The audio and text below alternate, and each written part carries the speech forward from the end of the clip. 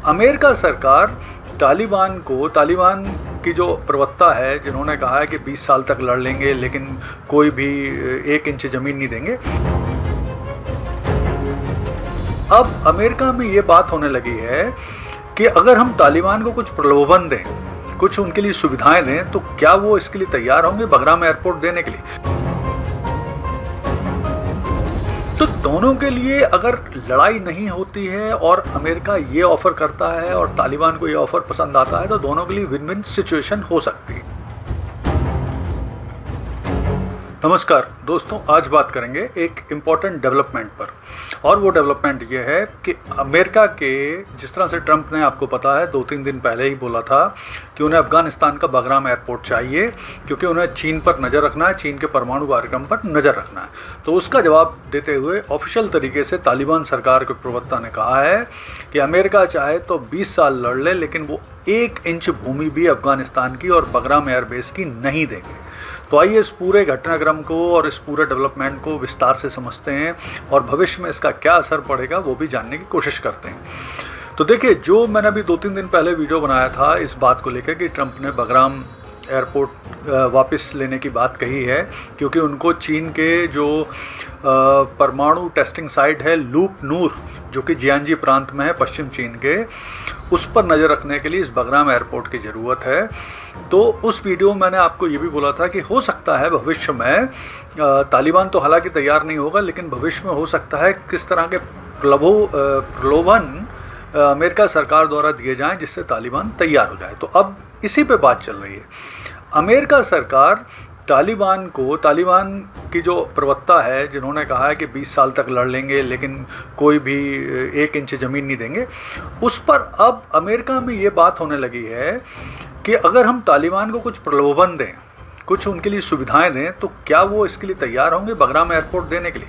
तो देखिए, इसमें सबसे पहली चीज़ तो ये है कि जब 2021 में अमेरिका वहाँ से निकला था और तालिबान का शासन हुआ था, तो अफ़गानिस्तान के $7 बिलियन अमेरिका और यूरोप के विभिन्न बैंकों में जमा थे, जिसे फ्रीज कर दिया गया था।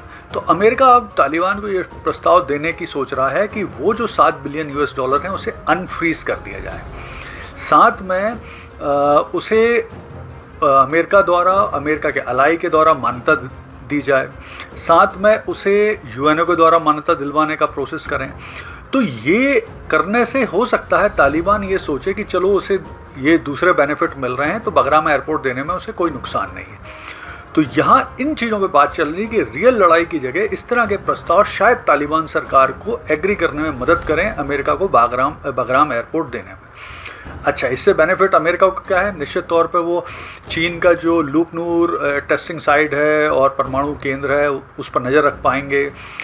इससे भी बढ़ के जो संभावना व्यक्त की जा रही है कि 1 साल के अंदर जो ईरान के साथ युद्ध हो सकता है अमेरिका का, इजराइल का, उसमें ये एयरपोर्ट बहुत सुविधाजनक रहेगा। सप्लाई चैन के लिए पास में पाकिस्तान मौजूद है, वहाँ से इनको सप्लाई चैन प्रॉपर मिलती रहेगी। इसके अलावा यहाँ इस एयरपोर्ट से वो जो बहुत सारे आतंकी संगठन है, विशेष तौर पे ISK जो है, उस पर भी नज़र रख पाएंगे। तालिबान को क्या बेनिफिट हो सकता है? तो तालिबान को बेनिफिट ये हो सकता है कि उसकी जो पैसा है अफ़गान सरकार का $7 बिलियन वो वापस मिल सकता है। फिर उसे दुनिया भर के बहुत सारे देशों की मान्यता मिल सकती है। यहाँ पे ये ध्यान रखना ज़रूरी है कि तालिबान को आज तक की डेट में केवल रूस एक ऐसा देश है जिसने पूर्ण रूप से देश के रूप में मान्यता दी है, तालिबान सरकार को मान्यता दी है। 10 और अन्य देशों ने इनके साथ डिप्लोमेटिक रिलेशन बनाए हैं, लेकिन देश के रूप में तालिबान सरकार के रूप में मान्यता नहीं दी। तो वहाँ उसे संभावना है कि अमेरिका अगर मान्यता देगा, उसके अलाई मान्यता देंगे, तो और बहुत सारे देश तालिबान सरकार को मान्यता दे सकते हैं। यूएनओ, बहुत सारे और संगठन से मान्यता मिल जाएगी। वर्ल्ड बैंक, IMF से लोन मिलने में आसानी होगी। फिर रिकग्निशन मिलेगा तो वो दुनिया भर में बहुत सारे संगठनों में पार्टिसिपेट कर पाएंगे। तो ये सब फ़ायदे उनको हो सकते हैं। और साथ में अभी हुआ क्या है कि चीन के साथ तालिबान सरकार की अफ़गानिस्तान में एक पेट्रोलियम खोजने की एक एग्रीमेंट हुआ था, वो भी अभी हाल में कैंसिल हुआ। तो ये संभावना भी बन सकती है कि अमेरिकी कंपनियां भी अफ़गानिस्तान में बाद में तेल वगैरह की खोज करें। तो दोनों के लिए अगर लड़ाई नहीं होती है और अमेरिका ये ऑफ़र करता है और तालिबान को ये ऑफ़र पसंद आता है, तो दोनों के लिए विन विन सिचुएशन हो सकती है। लेकिन अगर ये होता है तो इससे इस क्षेत्र के लिए बहुत अशांति, पुनः इस क्षेत्र में एक अशांति पैदा हो सकती है।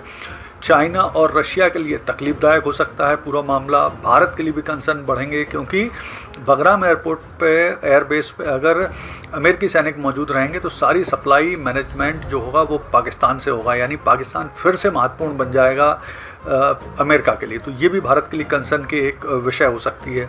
ईरान निश्चित तौर पे विरोध करेगा, क्योंकि उसे पता है भविष्य में इस एयरपोर्ट से उसके ऊपर अटैक वगैरह हो सकते हैं। तो कुल मिला के ये जो स्थितियाँ बन रही हैं, अगर बिना लड़े बगराम एयरपोर्ट मिलता है अमेरिका को, तो इस क्षेत्र में अशांति पुनः उत्पन्न होने की संभावना है। और जो तालिबान प्रवक्ता कह रहे हैं कि 20 साल लड़ लेंगे लेकिन एयरपोर्ट की, बगराम एयरपोर्ट का 1 इंच नहीं देंगे या अफगानिस्तान की 1 इंच भूमि नहीं देंगे, वो भी चांस इस ऑफ़र के सामने मुझे लगता है शायद तालिबान भी पिघल जाए और इस ऑफ़र को एक्सेप्ट करे, यानी भविष्य में इस क्षेत्र में अशांति आने की संभावना बन सकती है। धन्यवाद।